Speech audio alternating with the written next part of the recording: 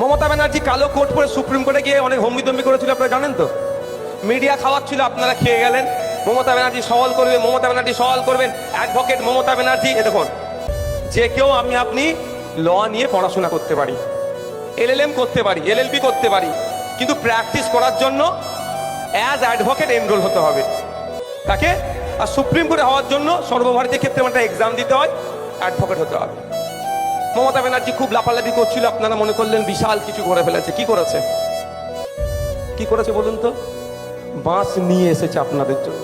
আর বাঁশটা কোথায় যাবে আপনারা বলেনি, আমি বলে ভাইজান খারাপ ভাষায় কথা বলছে। নওশাদ সিদ্দিকী সুপ্রিম কোর্টে মামলা করেছে, আমি তো হই হই করিনি। গত 12 তারিখে আমার মামলার ডেট ছিল, আবার 24 তারিখে মামলার ডেট করেছে, আমি তো হই হই করিনি। কিন্তু মমতা ব্যানার্জি কবে মামলা করেছেন জানেন? উনি পুরো এত পর্যন্ত মানুষের যখন ঠেকিয়ে দিয়েছে, গলায় ছুরিটা ঠেকিয়ে দিয়েছে, এবার জবাই হবে, তার আগে গিয়ে মামলা করে বোঝাতে চাইছে সোজাপুরের মানুষকে, মোতাবাড়ির মানুষকে, মালদার মানুষকে, দিনাজপুরের মানুষকে, মুর্শিদাবাদের মানুষকে, এ দেখো তোমাদের জন্য আমি অনেক লড়াই করছি। আরে 250 কোটি টাকা মমতা ব্যানার্জি এসআইআর করার জন্য দিয়েছে।